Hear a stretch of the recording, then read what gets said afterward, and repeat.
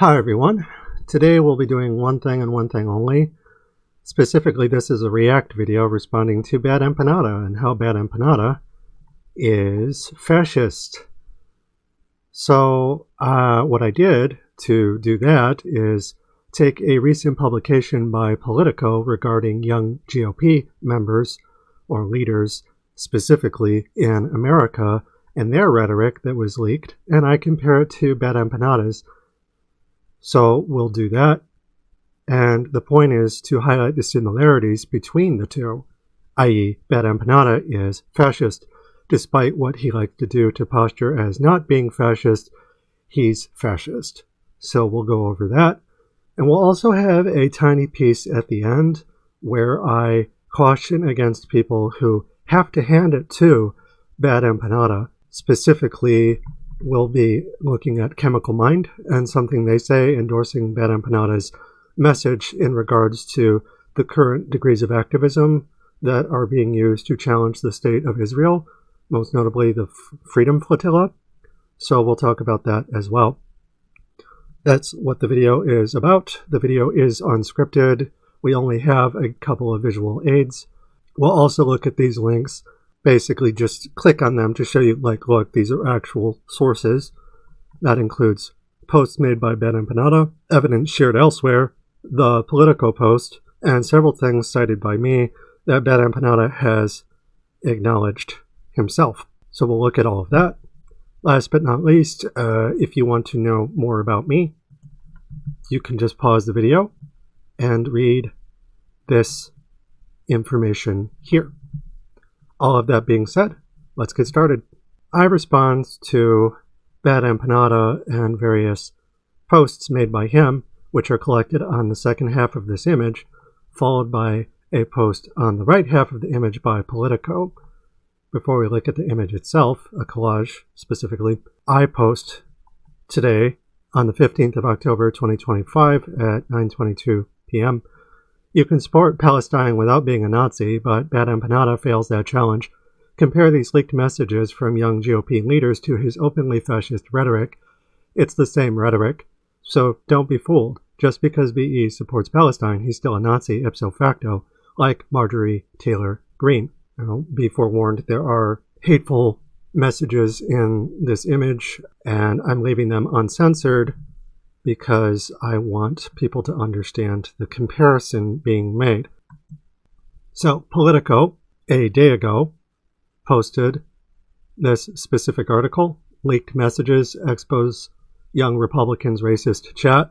Thousands of private messages reveal young GOP leaders joking about gas chambers, slavery, and rape. This is by Jason Beeferman and Emily Ngo. So the two of them exposed these messages, and just look at some of the ones that I've circled, talking about people going to the gas chamber, another person saying that they love Hitler, another person saying stay in the closet, F-slur, and various other ones besides. And if you want to see these analyzed more in depth, there will be a link provided as well where you can go and read the post. Now, Bad Empanada on September 29th, 2025 says, spend 5 seconds on this American liberal hug box and you'll learn to appreciate the coming Trump crackdown. Go to town, Donald. So here, very similar to how this GOP member says, I love Hitler, this person is saying, go to town, Donald. I love Hitler. I love Donald Trump, as Bad Empanada is basically saying here, endorsing political violence against minorities. Specifically, in Bad Empanada's own words, the plural systems pups who will be going to camp. He goes on to say, blue sky is where you go when you have 15 self-diagnosed mental illnesses and want to be in an echo chamber with other people who also have 15 self-diagnosed mental illnesses. For which I respond, Bad Empanada, you might as well call my friends and I useless eaters at this point. To which Bad Empanada says, of course, I legitimately think you should be in the mines. Similar to this person from the GOP Young Republicans, I'm ready to watch people burn, and advocating for people going to the gas chamber. Mines, gas chamber. In response to an article that Bad Empanada found of mine on October 8th, he says, "We desperately need to bring back forced labor," in response to me writing, "This essay, Slurs Aren't Activism, was written to critique Natalie Wynn, aka ContraPoints for her liberal Zionism, but also ableist critics like Bad Empanada calling her narcissist, affecting myself and my friends, i.e. being trans and or mentally ill, including having various mental disorders." In response to me saying, I want to critique Natalie Wynn for being a Zionist, but also saying that Bad Empanada is using a slur to critique Natalie, Bad Empanada calls for me to be thrown into camp, forced labor, slavery, knowing that I'm trans, knowing that I'm a sex worker, knowing that I'm fighting against the occupation of Palestine and the global south. Bad Empanada doesn't care because I criticized his language. He employs the same talking points that these young Republicans, the GOP Zoomers, basically, in positions of power. These aren't just anyone, but he's emulating them. And by doing that, it leads me to write, first, why I support Palestine and all areas in the global south exploited by capital. I support ending climate change, capital, the ruling class, but I also think trans women are women and people with disorders are people, furries are human, etc. These aren't mutually exclusive concepts. Now note, after I wrote this, Bad Empanada advocates for forced labor against me for critiquing the way that he's talking, which is to say, he sounds like a Nazi. So after I ask this question, he doesn't respond to it, but he finds an essay of mine where I'm critiquing him and his approach towards basically describing anyone that he doesn't like as a liberal Zionist, with him saying, bring back forced labor. It's no different than what these people are doing. So in response to that, not only did I put this collage together, but I basically describe Bad Empanada as a puritanical Ozzie expat who uses Nazi rhetoric to enrich himself while punching down at minorities, e.g. disabled people, plural folk, furries, trans people, etc. Bad Empanada is no different, functionally speaking, than the people in the Politico expose. He doesn't hold a position within the American government. He lives in Argentina, but he makes video essays that are saying the same talking points. They're functionally no different in terms of what they do. It also bears repeating, he's still a Nazi ipso facto, like Marjorie Taylor Greene, who's an American representative who supports the liberation of Palestine, or at the very least, getting out of bed with Israel. So Bad Empanada has more in common with Marjorie Taylor Greene and various other fascists within the American government than he does with the people he's trying to liberate. And he would rather sacrifice me and my friends and basically point the finger at us and say, oh, well, you're useless eaters. He could stand against the occupation of Palestine without doing that. But he's doing it specifically to enrich himself, hence my comment about him punching down at us. We're not the enemy, but he's treating us like the enemy and appealing to people on the political right, not just in America, but around the world, to enrich himself, first and foremost, all while living in a third world country in the global south. So again, he's an expat who went to a country in the third world to basically take advantage of them. Now, he can still advocate for their cause to some extent, but at the end of the day, he is exploitative. If you go to a country from the first world to the third world and you don't have oppression, you are benefiting economically from that shift. You are going to be treated as a person from the first world. You're going to have various rights that people in that country don't have. If things go south, you can go back to your country. And furthermore, the money that you make, the American dollars that you make through your business, you can use to basically exploit people there economically. Just by virtue of being white, straight, from Oz, you are benefiting from living in a system that treats your money and your status as more valuable. That's how exploitation often works. It's no different than if someone goes to Thailand, for instance, to take advantage of ladyboys. Sexpats or sex tourists are people who do that all the time. And Bad Empanada likes to posture as, oh, I'm so puritanical, I'm against sex and all of that. Well, let me just tell you that people who posture as the most righteous tend to be the ones who are up to no good behind closed doors.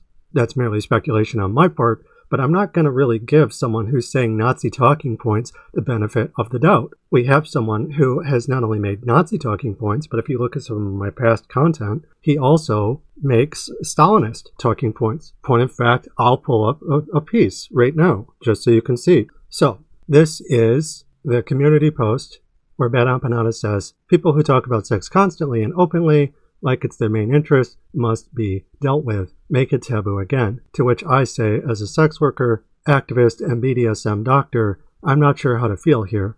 To which Bad Empanada, instead of being like, oh, well, yeah, sure, I'm sorry. Instead, he's like, BDSM doctor, that's not a fucking thing. Jesus Christ. And I explained to them, over a year ago now, I'm an independent researcher. This is what I'm about. I write about liberation, postgraduate work. I have an academic background. I branched off into non-academic work, so on and so forth. So if you're curious, you can go there and read all of this. But point in fact, this is a Stalinist talking point. People who talk about sex constantly and openly like it's their main interest refers to people who are gender nonconforming. In 1933, when the Nazis burned down the Institute of Magnus Hirschfeld, Stalin and his homies were making queer people illegal. And if you're curious about that, you can go and watch this video by Revolutionary Thought from a month ago. Why did the USSR recriminalize homosexuality? And it's not just Stalin, okay? There were various other people involved at the top of the government. And this was something that when it went into effect, all of the progressive elements of gender non-conforming rights, so trans rights, the rights of women, homosexual men, regardless of sex or gender, were rolled back and made illegal. And people like that were thrown into pogroms, no different than the Nazis. At the end of the day, what's the difference between a Nazi concentration camp and a Stalinist pogrom? Very little, I would argue. You have no rights, and you might get a little bit more food in one versus the other. You might get shot in one versus the other. They might use Zyklon B on you in one versus the other, but at the end of the day, a concentration camp is a war crime. It is illegal.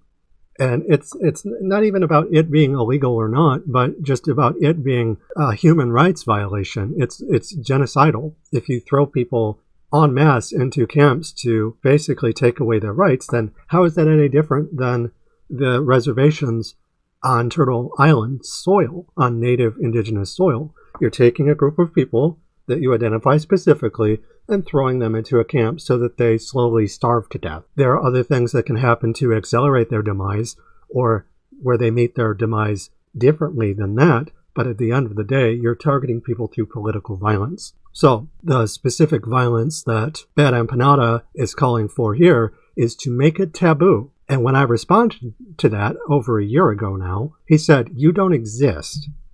Very important to keep in mind. Bad Empanada is someone who's been like this for a long time.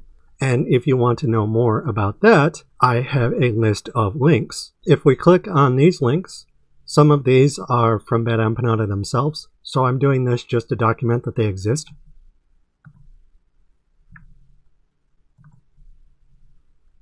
This is the link from October 8th. We desperately need to bring back forced labor. Here's another.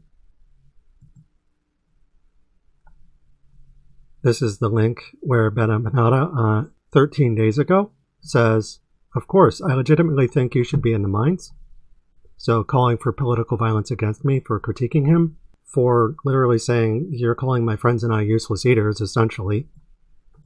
Here's another link. Socialism for All, Intensify Class Struggle says, don't be that guy. And Socialism for All is critiquing Bad Empanada. Specifically, spend 5 seconds on this American liberal hug box and you'll learn to appreciate the coming Trump crackdown. Go to town, Donald. The person where Bad Empanada is rooting for that particular executive on par with these fascist individuals, making Bad Empanada fascist. Another is the Politico article itself by Beeferman and Nago, and this was from a day ago.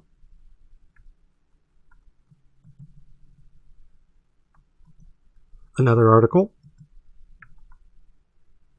the essay that got under Bad Empanada's skin, Slurs Aren't Activism, critiquing Natalie Wynn's Zionism and her critics calling her narcissist.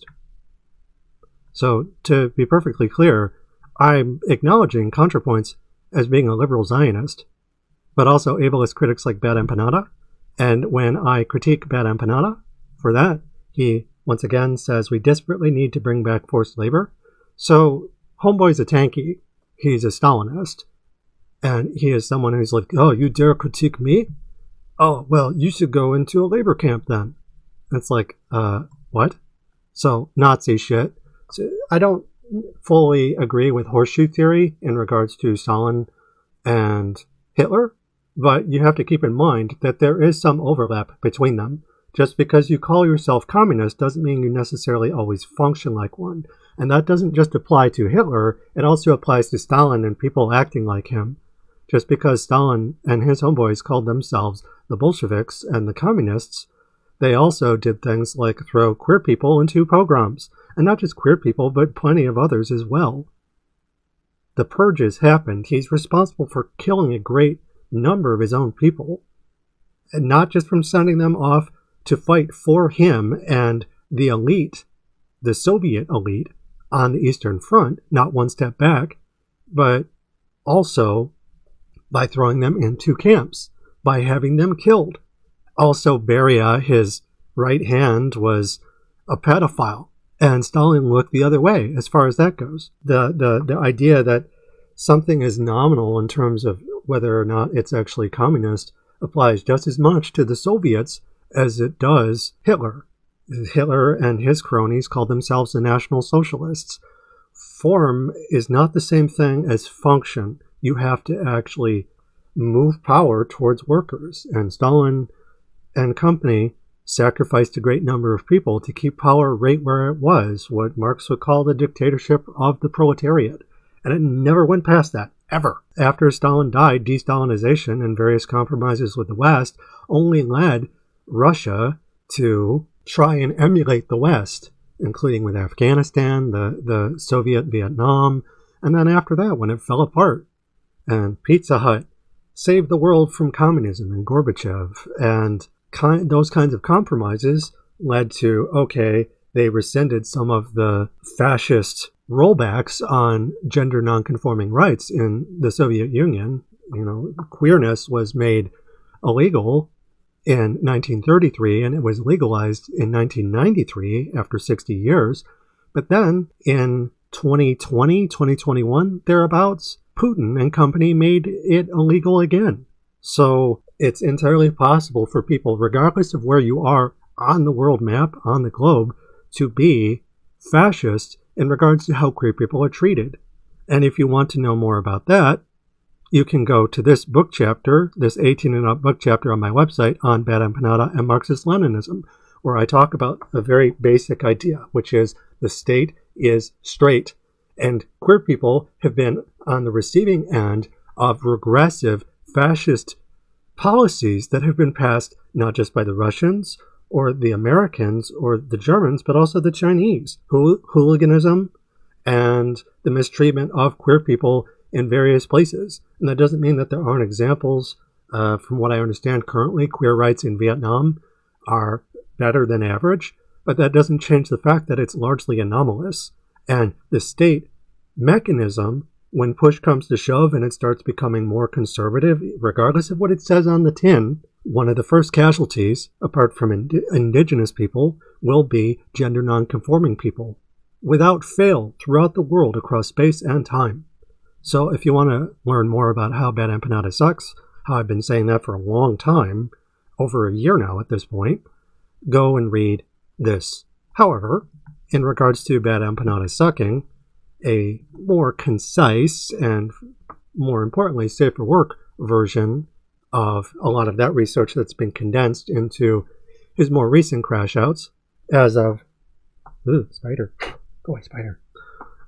As of September 4th, I responded to that as well. And notice how Bad Empanada responded specifically to Slurs Aren't Activism from July 14th, not my most recent essay. So he would have had to scroll past this essay to see it. On September 4th, the chickens come home to roost, transphobe Bad Empanada goes mask off. But Bad Empanada, on this post, October 8th, 4 days after I wrote this essay, responds to this essay. So they deliberately chose to ignore this essay for this essay because I don't think they really have a leg to stand on in regards to my critiques here. So essentially, Bad Empanada is a coward. Just another quality that he and American fascists have in common. And it doesn't make him look very good. He's always being like, oh, well, South America, Argentina, it's not just where Nazis go. Yes, but you're a Nazi and that's where you went. So it doesn't make you look very good. And all of the research that you've used to try and basically say, oh, Argentina isn't just a haven for Nazis, you're acting just like those Nazis did. And that's a huge problem. And unfortunately for us, it's not something that is just Bad Empanada himself, but also you have Chemical Mind. So Chemical Mind one day ago, so on the 14th, the same day that the Politico article was released, said, I think Bad Empanada made a good point about how at this point the militant left in the West is dead, obviously in part because of all the compatible left nonsense and endless government propaganda against state socialism, but also in part because surveillance is so totalitarian at this point that everyone feels like it's impossible to fight back without getting infiltrated and destroyed a la Hezbollah. So instead people just go on a flotilla of boats and get arrested and don't accomplish that much. Not saying they did nothing. Yeah, but you're kind of basically saying that they're doing nothing. They're not accomplishing, in your words, that much. So you're like, it's almost nothing. So all of the activism that people like Greta Thunberg are doing and the symbolic gestures that they're doing, which is important, you're basically saying, oh, well, what good does it do? And not only that, you're siding with Bad Empanada, a person that we've looked at as being fascist. So you're handing it to a fascist. Despite what Bad Empanada calls himself, he is functionally fascist, and you're handing it to them. You're like, oh yeah, Hitler, good job. Yeah, you were right about that. Good job, Stalin. That's what you're doing. And this is why I don't really like Marxist-Leninists, because you have a tendency to have strange bedfellows and to make arguments that overlook a lot of problematic rhetoric in regards to people like Bad Empanada. And incidentally, Chemical Mind also has a video, A History of Queer Rights Under Socialist States, from 2 years ago, so June 29th, 2023. Someone responds to them, tankies, when an authoritarian capitalist country doesn't outright kill its gay people. Another success for socialism. And I think it's worth noting that the Soviets had a capital function to them. Like, you don't just go from capital to communism overnight. It takes centuries. And how long was Stalin in power? Well, let's see. Lenin died in 1924, and Stalin died in 1953, so 29 years, not including when he was buddy-buddy with Lenin, but, after Lenin, when Stalin was basically in charge. I forget when he officially assumed whatever position he had under the Soviet Union, whatever they called him, the head honcho, even though it's like, don't worry, guys, there's the Politburo and the Stavka and, the heads of state. But Stalin was the cult of personality among that. And that was for, about 30 years, give or take. So Stalin outlived Hitler and was in power for longer than Hitler. The Third Reich lasted for 12. Stalin was in power for more than double that, give or take. But it doesn't change the fact that queer people were illegal under Stalin's reign. And they were illegal long after Stalin died. So the idea that A History of Queer Rights Under Socialist States, it bears repeating. I would hazard to guess that Chemical Mind isn't just talking about the Soviet Union. They do, however, have a book on the USSR, People from Another World, a reappraisal of the USSR by Chemical Mind, first edition, acknowledgments, and they talk about the Soviet Union first and foremost. However, all that being said, I would imagine that they talk about other socialist countries, China, Vietnam, and various other places, Cuba, but it doesn't change the fact that those countries all have a history of queer abuse. Even if they did it differently than each other, it bears repeating that people like Che Guevara, Stalin, Castro had homophobic tendencies. And it's possible for someone to be homophobic and still ultimately push for policy changes that might benefit the rights of queer people. But in the case of the USSR, that was very much not the case because they rescinded all of the rights that were imposed under Lenin, and they threw a lot of queer people into pogroms. I'm going to treat this, I'm going to be charitable. All right, they're talking about socialist states. They're not just talking about the Soviet Union. And furthermore, they're not just talking about the Soviet Union and the world more broadly in the past tense. Point in fact, a common and very dishonest narrative around socialist countries among liberals is that they were and are still extremely discriminatory towards queer people. But in fact, where there were and still are many failures when it comes to LGBTQ rights under socialism, there were also, especially in comparison to capitalist countries at the same time, unparalleled successes for their time and even still today. This video will first explore LGBT rights in no longer extant socialist countries before it will go on to explore LGBT rights in still extant socialist countries. Okay, so yeah, basically what I thought. They're like, look, the Soviets and other states did fucked up stuff, but it's still not as bad as what happened in America. But I would argue that if you make an entire group of people illegal, that's pretty bad. Now, that's just the Soviet Union. And furthermore, it was something that was enacted among particular parts of the Soviet Union. If I understand correctly, I don't have my sources in front of me right this second, but it was something that there were exceptions.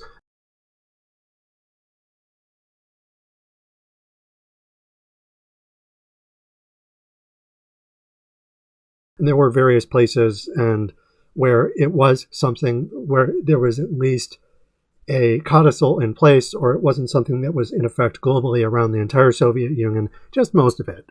But this was something that was in effect for over 60 years. And I would argue that making queer people illegal is something that was not just done in the Soviet Union, it was done in Britain, and it was done in the United States. So I'm not one of those people who's like, well, the Soviet Union is just worse than the United States. But I'm also not going to be like, well, they were better. Because, okay, well, we only locked up most queer people according to a blanket law, as opposed to all of them. And I'm like, okay, that's still shitty. That's still fascist, in my opinion. Functionally fascist, regardless of what it says on the tin. So, yeah, Chemical Mind, one of those Marxist-Leninist people, they're not apologizing for it. In fact, they're saying there's plenty of failures. But at the end of the day, how hard is it to say that the state model is harmful towards queer people? The state is straight. You can deviate away from that, which is what socialism is supposed to do, but it doesn't change the fact that if you're not able to, which Stalin wasn't really able to, for various reasons, including his own decisions, that leads to problems. So, as an anarcho-communist and trans woman, I tend to be a bit more critical right out the gate, but I can appreciate that Chemical Mind has a video like that. However, what I don't appreciate in regards to Chemical Mind is when they say, you know what, fascist person, Bad Empanada, you made a good point. And you know what? You could even argue that the militant left in the West is something that is compromised by various socio-material conditions. Sure, but you don't need to give Bad Empanada a pat on the back. The motherfucker's a Nazi at this point, okay? If you're saying the same thing that out-and-out fascists in America are saying, you're functionally no different than that. You may as well have said, you know what, Marjorie Taylor Greene, you're totally right about this. And you could say that, but or you could just say, like, look, whatever position that you and they share, you could just enforce that instead of basically, running interference or whitewashing Bad Empanada or Marjorie Taylor Greene for that instance. You don't have to hand it to them. And that's what you're doing. And I think that that is disastrous and illustrative of the kinds of socialist histories, crimes against queer people that Marxist-Leninists would do. Marxist-Leninism historically was sexist. historically was homophobic. Engels himself didn't say workers of the world unite. He said working men of Western countries, straight men at that. They were homophobic, which is why I go on to say we need to make Marx gay. We need to make Engels gay. Making Marx gay. And this essay addresses key points about Marx's homophobia and inability to say as much about queer rights that we can while camping Marx, but also camping his ghost, him and Engels. They were homophobic men. So if you're curious about that, this is a short little dandy of an essay, pun intended. And if you want to know more about that and where I stand, I would argue that compared to Marxist-Leninists like Chemical Mind, I'm a little bit more out of the gate critical of people like Bad Empanada, because what Bad Empanada is doing is harmful not just towards me, but the larger movement that he claims to belong to. That's the problem with ops. They discredit or undermine the credibility of socialism more broadly. And Marxist-Leninism historically tends to be white and straight from Marx and Engels onwards. Ergo homophobic, ergo queerphobic more broadly, ergo apologetic towards genocide. Because Stalin and company committed crimes that for all intents and purposes had the same exact outcome, regardless if you consider the Holodomor famine to be a technical genocide in terms of its intent, even if it was a total accident. It's like, oops, we accidentally killed hundreds of thousands of people, or the Great Leap Forward in China. It doesn't matter. That's why the state is a problem. That's why we need to move away from state models, I would argue, as an anarcho-communist. But that's just my opinion. What do I know? It's not like my people were exploited by the state for decades upon decades, centuries, as a matter of fact, including from the Bolsheviks and those who survived them, and people such as yourself and Bad Empanada, Marxist-Leninists, who apologize for fascism. You apologizing for Bad Empanada. Don't do that. That's a problem. I'm just a little trans woman who writes about these things. I study fascism, I study tokenism, I study people in positions of relative privilege selling other people with less privilege out by punching down. And this is just yet another example of that. And it's not just Bad Empanada, but people like Chemical Mind who, to one degree or another, apologize for this kind of behavior. And also, furthermore, people like the Rational National who brought this to my attention, this specific article, I don't see them talking about Bad Empanada or people similar to Bad Empanada. There are other activists around the world who are making money off this, and I do wish that more people would take heed of what Bad Empanada is doing, because it's harmful, not just to people like me, but also other people besides, including plural people, furries, indigenous people. My partner, Bay, is indigenous. They're Mali, and they're disabled, and they're genderqueer, and they're a Therian, a furry. These are all different things that Bad Empanada punches down against, and it's unacceptable. So I do wish that there was more coverage about this. It's not just American conservatives who are talking like that, but also Bad Empanada. And more people need to acknowledge that, and not just the Rational National, but also the Deprogrammed, where they have Bad Empanada on, and they're not saying anything either. And that's a problem with Marxist-Leninism. They're worried that they'll divide the front, and they'll throw us under the bus, and then host people like Bad Empanada. And, you know, as far as I know, this video is still up on their YouTube channel. It is, point of fact, still up. So this fucker and these dickheads, this video is still up. The Empanada is back, and they haven't taken that down. So this is a problem with Marxist-Leninism. This isn't any kind of secret. Bad Empanada is a Nazi, and these people are not calling him out. Second Thought, Hakim and Yugopink, these assholes are not holding Bad Empanada accountable any more than Chemical Mind is. And this is a problem amongst Marxist-Leninists, is they treat queer people like the homeless child. Oh, we'll just look the other way while it fucks over someone who's not us. And that's fucking horseshit. You all should be ashamed of yourselves. I stand with Palestine. I stand with the Global South. Anyone who's affected by the disastrous policies of the United States and them continuing to fund the genocide. But I also believe that trans people are people. Non-binary people, intersex people, what have you. Two-spirit people, indigenous people, plural people. These are all instances of people that I stand with having a belief that genocide should not exist anywhere in the world, as opposing to pick and choose by looking the other way. So quit doing that. All that being said, I'm going to cut the video off there. Thank you for watching. If you have any questions, feel free to reach out. You can like, share, and subscribe. You can leave a comment. I try and respond fairly quickly to these kinds of things, but please keep it constructive.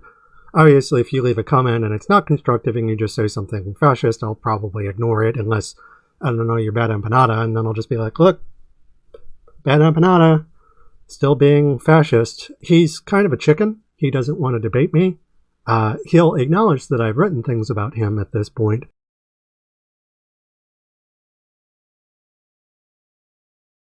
But he won't debate me. And again, I extend the invitation. So if any of you know Bad Empanada and think that you reaching out to him might have more traction in regards to getting his ear, just know that, yeah, I'll debate Bad Empanada. I'll fucking school him. You're a fascist. Despite all of the work that you've done in opposing Zionism, you're fascist. And that's not helping the work that you do. It's not helping the people that you claim to defend and, point in fact, exploit economically. In any event, thank you for watching, and until next time, take care.